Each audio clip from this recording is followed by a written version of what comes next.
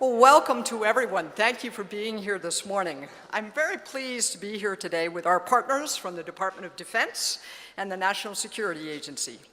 Dr. Kara Perry is the Education and Workforce Development co-lead for the Office of the Undersecretary of Defense for Research and Engineering, Trusted and Assured Microelectronics Program. It's amazing that all fits on like one business card. And Dr. Meredith Dyke, who is Chief Strategist for Microelectronics at the National Security Agency. Thank you both for being here. We're really glad to have you at UTEP.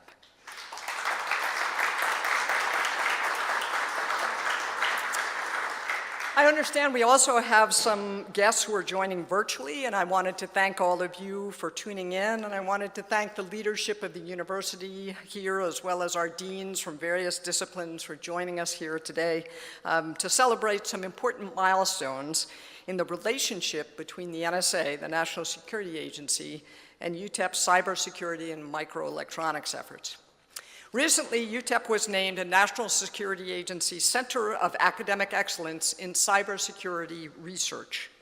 We are now one of only 11 universities nationwide to hold the Center of Excellence designations in cyber defense, cyber operations, and cyber research. This new designation recognizes the quality of our computer science doctoral program, which began here in 2005. There are a few people here who've worked especially hard to reach this level of excellence in both our undergraduate and graduate programs.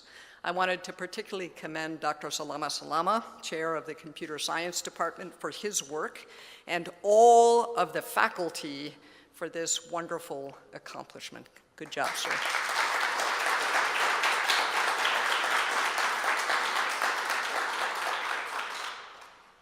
We're here today to celebrate being an NSA Center of Excellence, but also to make another exciting announcement. I'm pleased to share that we are establishing a new partnership with the National Security Agency and the Department of Defense, where UTEP will become part of the agency's new semiconductor program known as SCALE. Through this new partnership, UTEP will become a key source of research and training that will strengthen our nation's leadership in semiconductor technology. Our faculty and students will be conducting microelectronics research in the areas of physics, engineering, material science, and cybersecurity. UTEP graduates will be well prepared for careers in the fields of microelectronics, which develops the building blocks for most of the technologies we use today, from computers to cell phones, and to the sophisticated cyber platforms that keep all of us safe. This effort brings together the engineering work that we were already doing in preparing graduate students for their careers, and the work of the NSA in developing sophisticated electronics in support of our nation's security. This is a great opportunity for our students, for our faculty, and for this region. And I wanted to personally thank the Department of Defense and the National Security Agency for making UTEP part of the SCALE program and making an investment in workforce development and exceptional research. There are a number of faculty here who I'd also like to thank and commend for your leadership on this. Dr. Chris Roberts, who's wearing a tie today, I just can't get over this. Dr. Sai Munika Erpotu, Dr. David Zubia, Dr. Rizbe Narya, and Dr. David Robertson for their help in establishing this partnership with the Defense Department and the National Security Agency.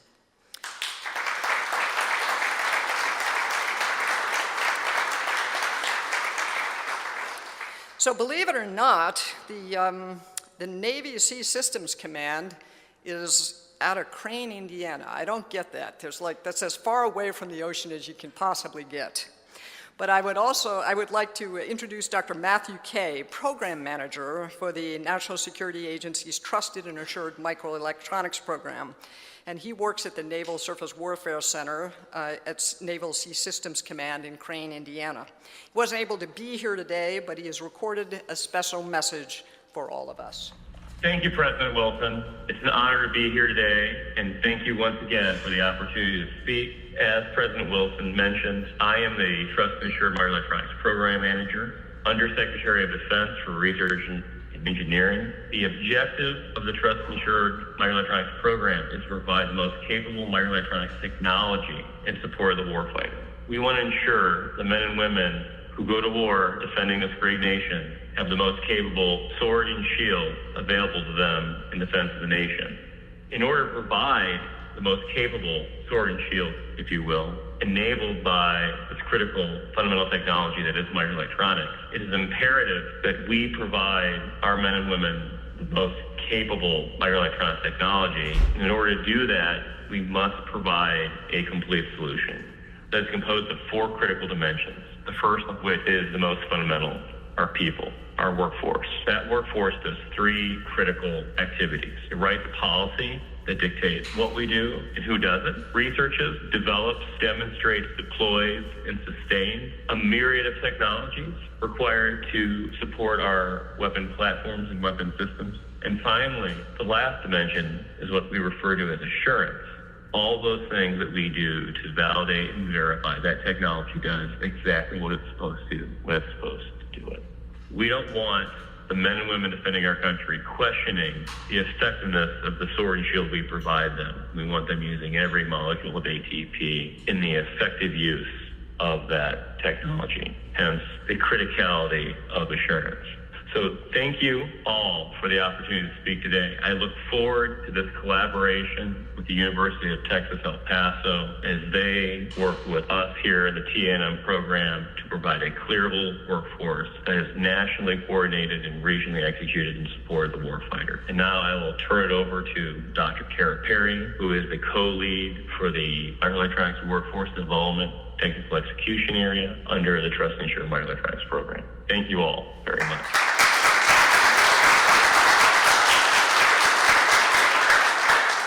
All right, thank you, Matt. And you're right, it is a really long business card, and it kind of wraps around and takes up a lot of space. So as she said, and as Matt said, I'm the Education and Workforce Development co-lead for Trusted and Assured Microelectronics.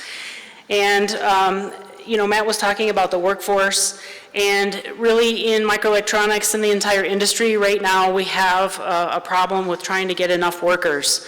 And now when you throw in the defense piece of that, in that we need not only a clearable workforce, in other words, we need U.S. citizens into this, right? A lot of industry doesn't have that additional challenge. In addition to that, we have many topics and that are specialized to the DoD that you don't find in the rest of industry.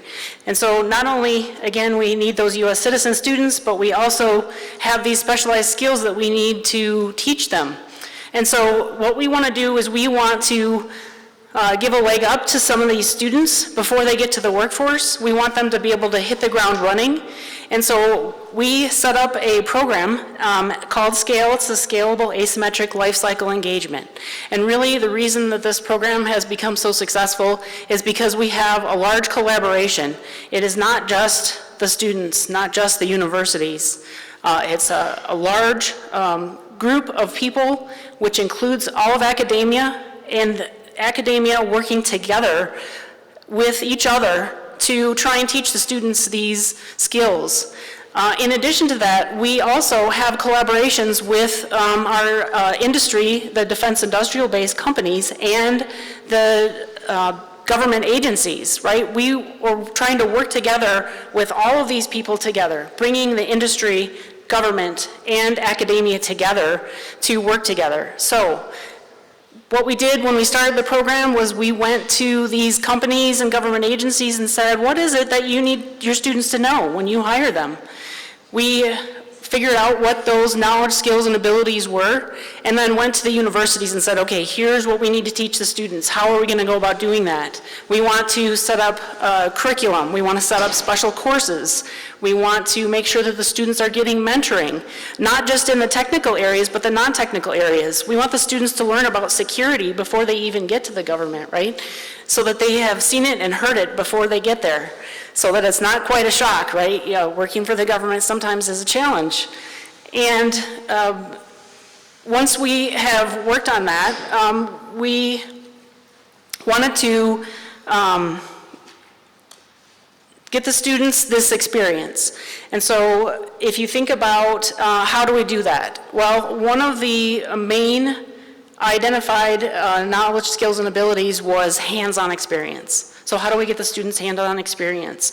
This program is really big on trying to get not only graduate students, but undergraduates research experiences, which doesn't happen at a lot of universities. So we're really excited that in this program, we can provide that to the students, and even in undergraduate.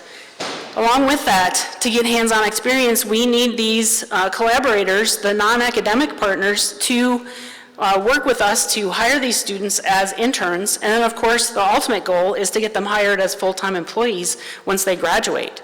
But we work with these companies to identify these internships. We give these opportunities to the students, and then the students are able to apply for these opportunities and go anywhere across the country. This is a national program, right? We want to fill this national need. When we set up the program, we initially set up 5 technical verticals. We've recently added a 6th. So we have radiation hardened microelectronics, system on chip, heterogeneous integration and advanced packaging, trusted AI, and I should have wrote them down because now that I'm standing up here in front of the mic, I'm sure I'm going to forget one. But the most recent one that we've added is compound semi. And so we're really excited to have all of these technical areas. Now, once we set those up, we have a university that leads each of these technical areas. And really the point of that is to have this lead university facilitate all of the universities in that technical vertical working together, right? So maybe one university has a specialty in one area, another university has a different specialty. We can bring all those together and disseminate them across our entire university consortium so that we are taking advantage of all of those things at all of our scale universities. We are, if you look at all of our collaborations, we have over, I think we made it to 30 universities in the consortium. When we started, and you'll hear some of this from Dr. Bermel later, we started with about 10 universities, right? So we are significantly growing over this, and we're really excited to have another university in UTEP joining us. And as far as our non-academic partners, we are up to almost 70. So that includes government agencies and defense industrial-based companies, right? There's a lot more out there. We are contacted weekly trying to bring in more companies, and again, trying to provide not only opportunities for the students, but also getting these companies what they need, in the government agencies, what they need as far as workers. So one of the things that makes this program unique is not only do we have the faculty from all of these universities with the technical expertise, but we've also included engineering education folks in this, right? We want to make sure that we are developing curriculum in an appropriate way, in the most advanced way, for the students to make sure that they're learning these new skills. In addition to that, one of the ways that we try and disseminate this information is that we started working with a organization called NanoHub. They were funded by the NSF, National Science Foundation, for over 20 years. And really, it is a space for collaboration and a place that we can use not only as a repository, but they also have the ability to install EDA tools so that students can go and not every university has to have its own individual license, right? They can log in, they can do homework assignments, etc., using these EDA tools and other software in NanoHub, which is really powerful. If you think about some of the universities across the country and might not have the means to buy this software, this really expensive software. Not only that, you have to have a computer system to run it on. You have to have the knowledge to keep it installed. Students don't have to install it on their own laptop. They can just run it on the web. It's a great resource that we've added to our program. Scale, as I mentioned, is continuing to grow, and as we grow, we want to make sure that we are continually improving the program. I mentioned that we have engineering education folks. Not only do they help us with the curriculum, but they also obviously help us collect metrics. Now you might think, okay, well, it's not that hard to, we've got, you know, this many students and this many internships, and right, that part's pretty easy. But those aren't the only metrics that we're collecting. We want to make sure that the students are getting a good experience while they're in college and that we're actually making a difference. And we take the information from these studies and put it back into the program and continually improve the program as we go, so that we are not just waiting until 4 years later to find out, well, did it work or not, right? We want to every year continually improve the program, and I think that's another reason that this program has been successful. And so, let me make sure I didn't miss anything. So with that, I want to say that we are very happy to have UTEP join the consortium.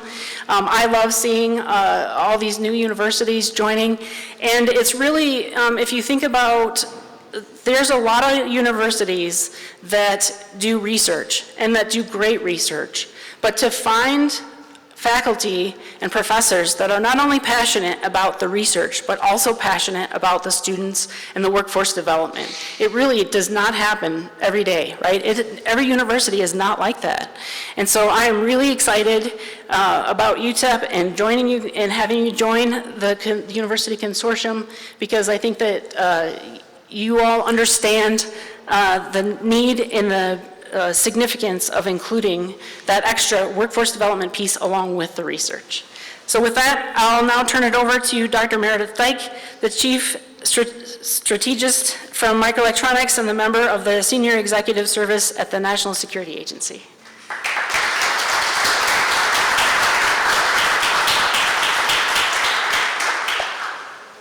Thanks for the warm introduction, Kara.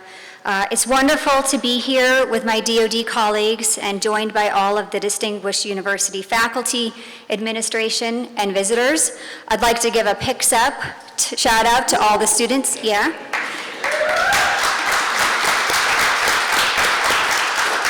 So yeah, picks up to all the student minors in attendance today, since you are the reason that we are here.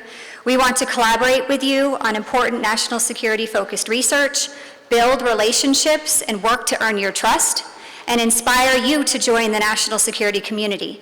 And if you'd allow me to be a bit selfish for a moment, specifically the National Security Agency. While I spent most of my time in a university setting early in my career, I've been orbiting academia for my entire life, since my dad was a professor for almost 50 years.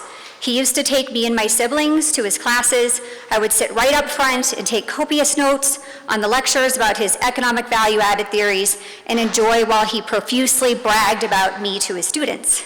My father was and remains devoted to his family, yet was almost equally devoted to his students, teaching, mentoring, and developing highly skilled future leaders.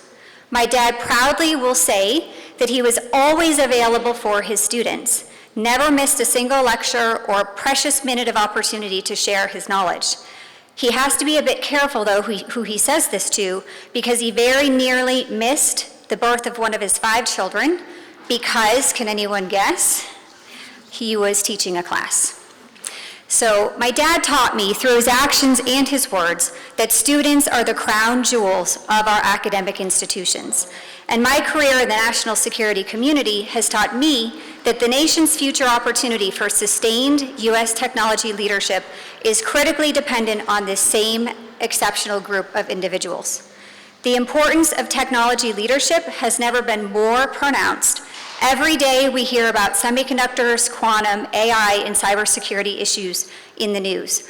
The global focus on semiconductors is not simply about chip shortages, dependence on Taiwan, cyber-enabled intellectual property theft, supply chain vulnerabilities, counterfeit chips, hardware-based cybersecurity issues, although, now that I'm saying it out loud, it sounds pretty grim.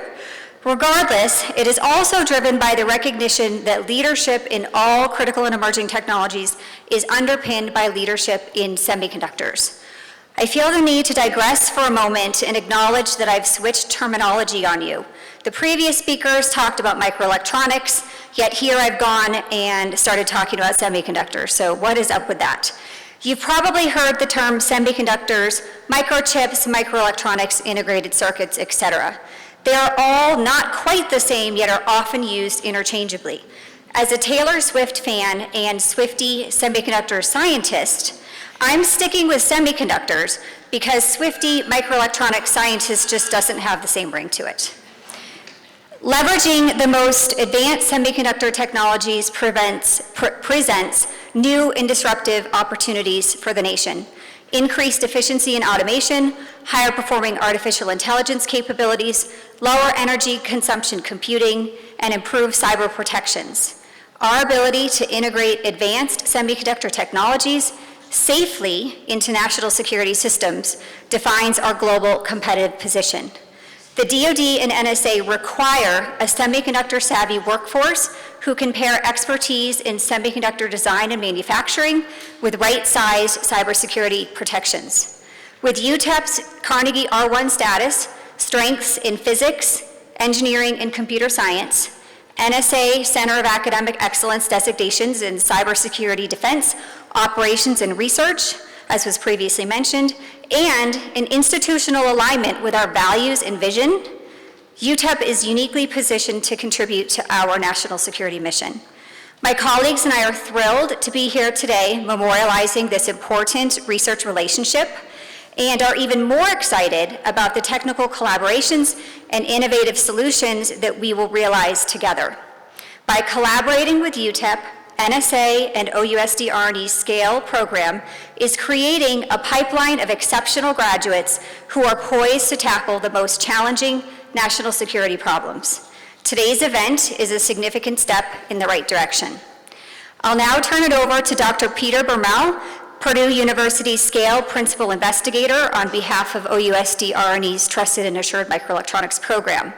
In addition to being the SCALE PI, Dr. Bermel is also a professor who teaches classes and, consistent with my dad's philosophy, does everything that he can to not miss a single lecture. As a result, Dr. Bermel has kindly provided us with a prepared video address. I'd like to thank Meredith Dyke for her support of SCALE and workforce development more broadly. My name is Peter Bermel. I'm the Elmore Professor of Electrical and Computer Engineering at Purdue University. I'm also the principal investigator of the SCALE Microelectronics Workforce Development Consortium. Microelectronics are vital to a wide range of platforms and vehicles and to the effectiveness of individual warfighters, which is increasingly at the heart of U.S. national defense and security. The supply of microelectronics largely comes from abroad today. The CHIPS and Science Act passed in 2022 has now incentivized leading manufacturers to reshore their capabilities, including Intel, Micron, TSMC, and many more. To meet ambitious targets for increased design and production capabilities, a larger and highly capable U.S. citizen workforce is absolutely needed. In fact, most CEOs have identified this as the greatest risk factor for future growth. If nothing further is done, U.S. faces a shortage of over 60,000 semiconductor engineers and computer scientists with a bachelor's degree or higher by 2030 to work at both public and private employers. The Scalable Asymmetric Lifecycle Engagement SCALE program was specifically created to build the U.S. tech talent pipeline in specialized fields, starting with K-12 through continuing education. Since launch, SCALE grew from an initial cohort of 25 students in 2020 to now over 900 students life to date, of whom 75% have pursued employment or graduate studies in the defense microelectronics sector. Even with all the students SCALE reached so far, securing our country's future requires major further growth and partnerships to prepare enough students to meet these emerging needs. This will involve new government employers, defense industrial base members, and universities. With the history and size of Texas as a major player in microelectronics and defense, it's important to include the University of Texas El Paso as a new university partner and contributor to SCALE. That brings me to our newest SCALE principal investigator, Professor Chris Roberts. Ever since we first met, it's been clear he has tremendous technical expertise, but also passion for working with students and energy to take action to change the future of microelectronics. I'd now like to invite him to introduce himself further and tell you more about UTEP's plans with SCALE. Thank you very much. Thank you, Dr. Ramel, for the kind words and introduction, online hopefully. I am Robert Chris Roberts, Assistant Professor in Electrical Computer Engineering here at UTEP, and I will be the Scale PI here at UTEP. The program for Scale at UTEP will build off our expertise in microsystems, electronic packaging, additive manufacturing, materials, and cybersecurity to address the emerging needs of both government and private industry. The program is being established with my colleagues in electrical computer engineering, Drs. David Zuvia, Monica Arapotu, and Arizbe Nahara, along with Dr. David Robertson in the Metallurgy, Materials, and Biomedical Engineering Department. Together, we will apply our combined expertise to advance critical technology needs in microelectronics. One of such need is heterogeneous integration. So what is heterogeneous integration? Well, great question. Everyone here carries a smartphone, and inside that smartphone are many electronic chips. Each of one provides one unique function or feature. The wireless communication, sensing, security, power management, and computing all require individual unique chips to function, and connecting all of these chips together requires a complex process of integration. So with modern systems like our smartphones, that can be a lot of chips. So how can we make it better? Well, if we combine all of these complex features into a single chip or package, we can make our next generation of electronics smaller, faster, cheaper, and more secure. This process, or art, is known as heterogeneous integration. So one way we'll tackle this problem is through additive manufacturing, or 3D printing. Electronic chips are normally connected with tiny wires, for example, and at UTEP we'll explore the use of 3D printed fiber optic cables inside the chip to connect these various electronics and increase data transmission to the speed of light. The use of 3D printing technology also allows us to realize new ways to combine electronic functionalities into a tiny space. But fitting the pieces into this tiny space or package is only half the story. Once everything is inside the package, we need to manage the data connections, the power, and deal with important issues such as removing the heat generated by these electronics. Luckily, El Paso and UTEP are no strangers to heat. In addition to our technical expertise, we will be leveraging UTEP's most important resource, our outstanding students. During the first year, the SCALE program at UTEP will enable 15 undergraduate and graduate students to engage in funded research to solve cutting-edge problems for 21st century American electronics. We'll also be able to leverage the NanoHub resources and contribute to help advance electronics education in America. We are excited to announce this new program and are grateful to our community, academic, and government partners who are allowing UTEP to scale up in this area. Thank you all. We are excited to get to work. I would now like to invite President Wilson back to the podium.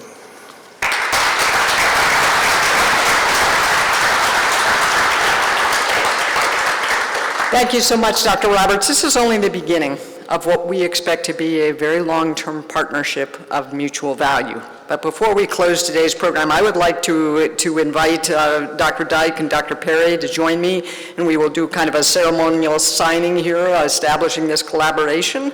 Witnessing today are two of the project leads with the Office of the Undersecretary of Defense for Research and the Trusted and Assured Microelectronics Program. Please come and join me.